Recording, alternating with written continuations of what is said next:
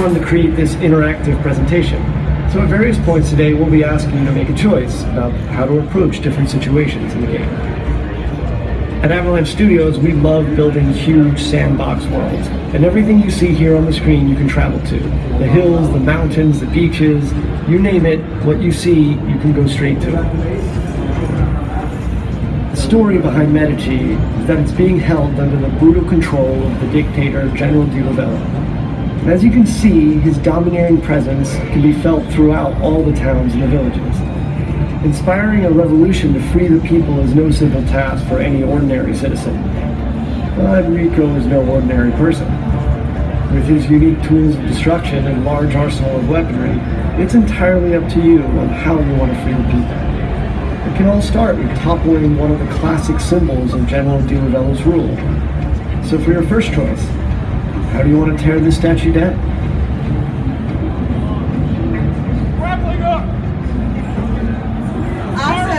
So we are at our first mission, guys. We've got 3 different options. How about option number 1, Farmer's Revenge? Not too many for that one. Option 2, stop hitting yourself. Yeah! All right, some more energy there. Or option 3, catapult. I think we'll go with option 2. You guys seem more excited about that one. Great choice. I'm very much a favorite with the team. Here we'll see Rico using the physics of the world and his new multi-tethers to force Di Ravello's statue into inflicting damage upon itself.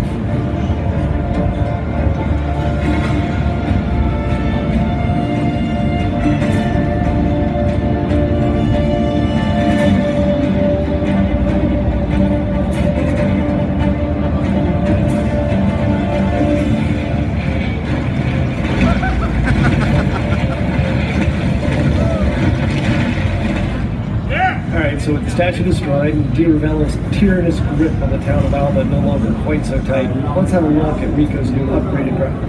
As with JC2, traversal is very much at the heart of the experience. Medici is packed with activities, challenges, and opportunities for creative destruction. Now here we can see one of Di Ravello's propaganda spouting speakers. So let's make quick work of it and tear it down. Using his tethers, Rico is able to rip chaos objects like this from their supports. And as you destroy these pieces of propaganda, you further weaken Di Ravello's influence over the area. Gas stations were so much fun in JC2, we decided that we wanted to take them out of the core chaos progression system and just allow players to destroy them as many times as they want. And our physics play in our favor as the training action kicks off and the whole place goes Holy up. crap. Let's take advantage of Rico's brand new wingsuit, which completes Rico's set of aerial abilities alongside the grapple and parachute.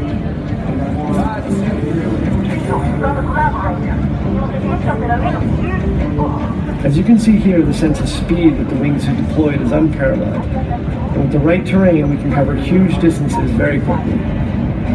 Just as with the parachute, Rico can use his grapple to pull himself along, thus giving him an additional speed boost. The combination of the wingsuit, the grapple, and the parachute allows you to fluidly move through the environment and have tons of fun doing it.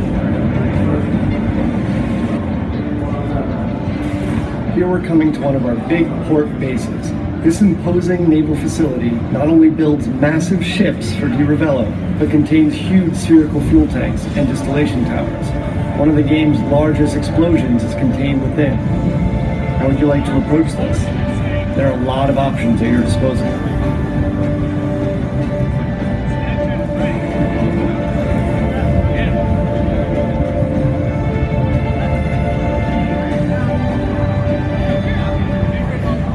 Alright guys, so how's Rico going to take the refinery down? Option 3, the bowling ball?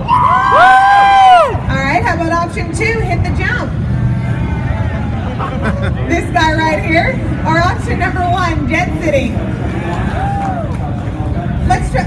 Let's do a tiebreaker between 1 and 3. Jet setting? Bowling ball.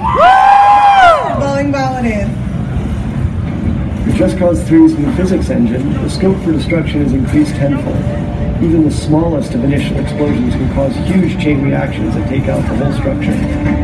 In this example, we can see Rico using retractable tethers to wrench a giant spherical fuel tank from its supports, turning it into a huge, highly explosive bowling ball.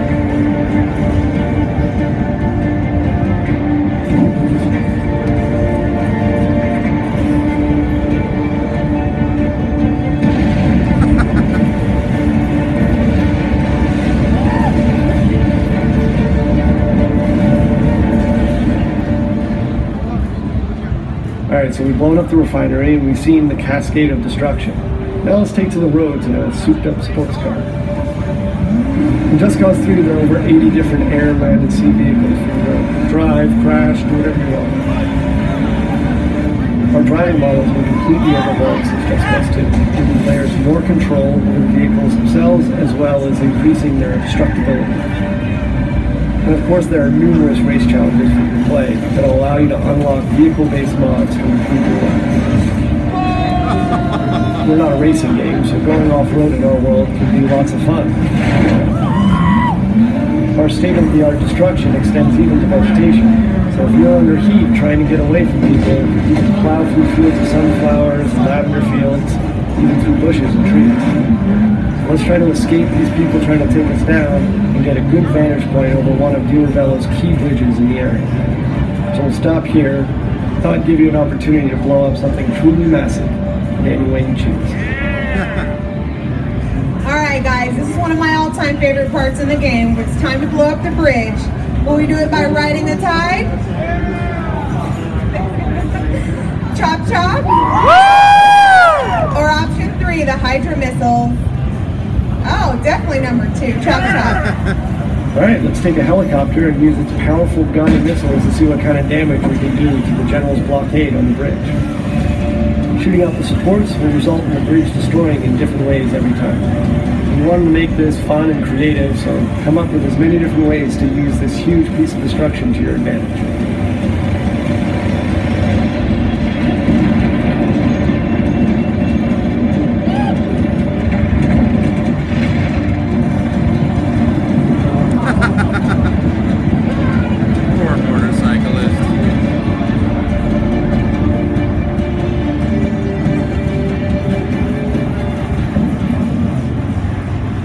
Bridge out of commission, Rico can focus on the next objective. And to make that a little easier, we've instituted a new Rebel Drop system. The Rebel Drop system allows Rico to order weapons and vehicles at a moment's notice via airdrop. And it gives you yet another tool to pull off that crazy idea. This beautiful and peaceful flight offers us another opportunity to show off a new feature, and that's our new stunting system. So we moved away from the specific authored points on vehicles on JC2 and allowed the player total freedom on top. So if you jump out onto the plane, you can actually walk around the plane wings themselves. And of course the plane itself can be used as a means of destruction. Maybe we should get off the plane first. Let's swap out wings for wheels and take a motorbike for the remainder of our journey. And while it's nice to weave along Medici's road with the wind in our face, it is inevitable that Duravello's men won't catch up.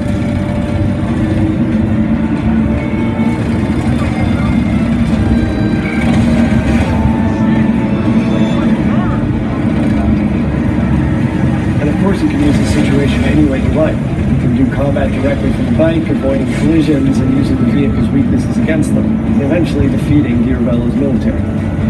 And here we are at another of the General's huge military facilities. And it's time for another choice how you'd like the destruction to unfold. Alright guys, this is our last mission of this presentation. How are we going to take it down? My guns are bigger than yours? Yeah. Parachute? Overkill is underrated? Option 2. Rico could take out Duravello's men with little more than his grapple. But it's pretty fun to embrace the notion of overkill. Let's use the tanks.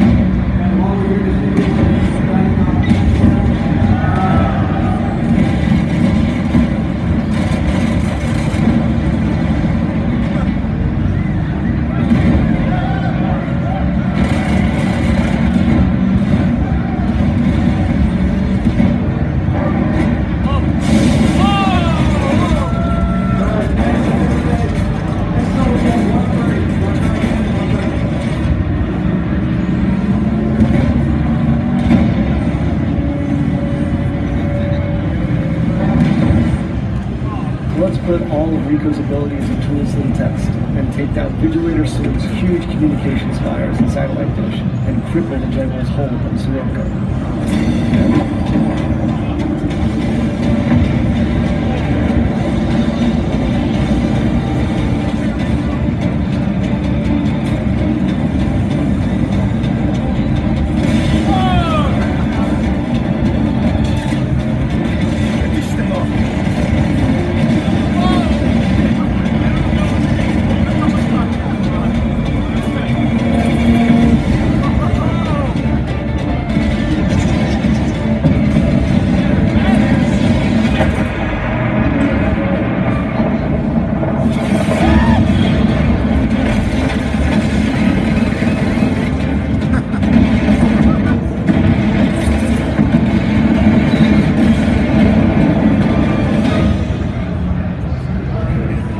That's it for our E3 presentation. Just Cause 3 comes out for Xbox One, PlayStation 4, and PC. This is Round 1, fight!